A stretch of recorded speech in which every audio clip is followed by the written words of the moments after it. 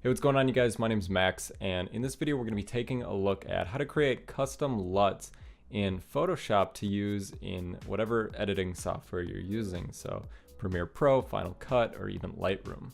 I found that creating custom LUTs in Photoshop allows me to get a much more reliable color grade than using some of the built-in tools, and it also allows me to be a lot more consistent throughout shots.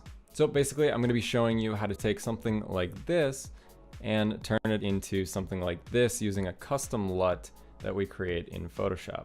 Alright, so now that we're in Premiere Pro, our first step would be to bring our footage in. After that, we're going to scrub to any part of the clip and then click this Export Frame button. Now if you don't have this, you can click the plus button here, find this, and drag it into place. So click this and save our screenshot. And then what we can do is come into Photoshop and open the screenshot. Now, we're going to want to make sure that we leave this background layer locked. And the way that this is going to work is we're going to use adjustment layers, and we can create as many of these as we want to change how the image looks. And then once we export the LUT from Photoshop, it'll export all of the adjustment layers. So the first thing I'm going to start with is curves. All right, I'm going to come in here and just kind of drag this down, maybe bring this up, so just a slight S curve, and then let's bring the blacks up just a hair too.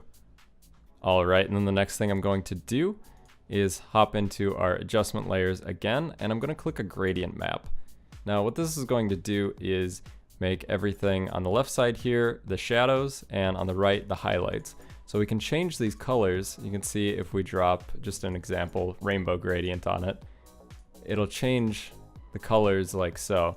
So let's say we pick something obnoxious like this. We can set the layer mode to something like overlay or soft light and get a more usable effect. Now we would, take the opacity down or something like that. This color combo I don't personally like, so I'm gonna go back to black and white here, and I'm gonna make the shadows a nice blue. I might actually bring it more towards the teal green side. And then we're gonna take these highlights and bring them into the oranges.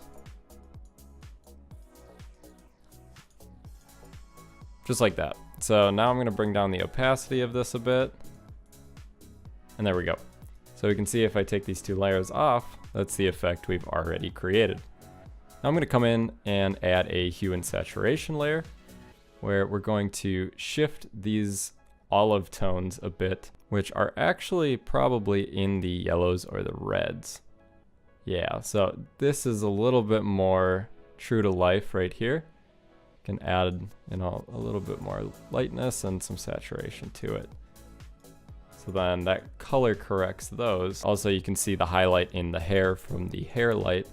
And then we'll grab something in the skin tone area and bring up the saturation just a little bit and bring it to about +2, just to take some of the red pink out of it.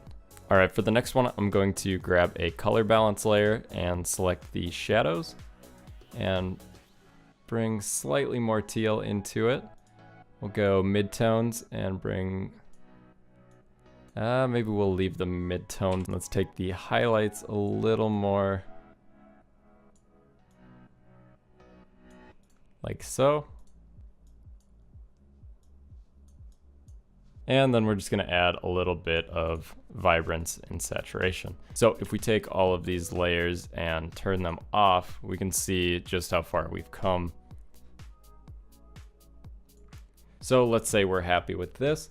What we're going to do now is click File, Export, and then Color Lookup Tables. And then we're going to make sure that this is set to high, 64, and then just select the .cube file. That's all that we need. We can give it a description, say max LUT 1, and then click OK, and save it as whatever you want.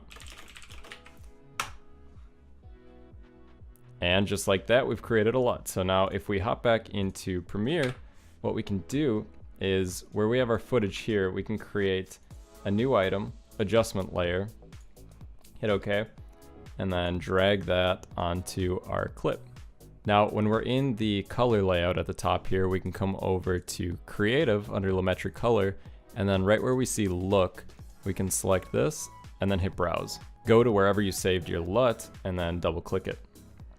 Now we can see we loaded in our custom LUT. And this is great because we can actually adjust the intensity of that LUT right here within Premiere Pro and change per clip, how we want it to look. We can also go ahead and add sharpening, any more vibrance or saturation that we might want to, or pull some out if we want to, and then fine tune it clip by clip using your color wheels and everything like that. Anyways, you guys, I hope you enjoyed the video. If you learned something, please drop a like and maybe consider subscribing to the channel, and we'll see you guys in the next video.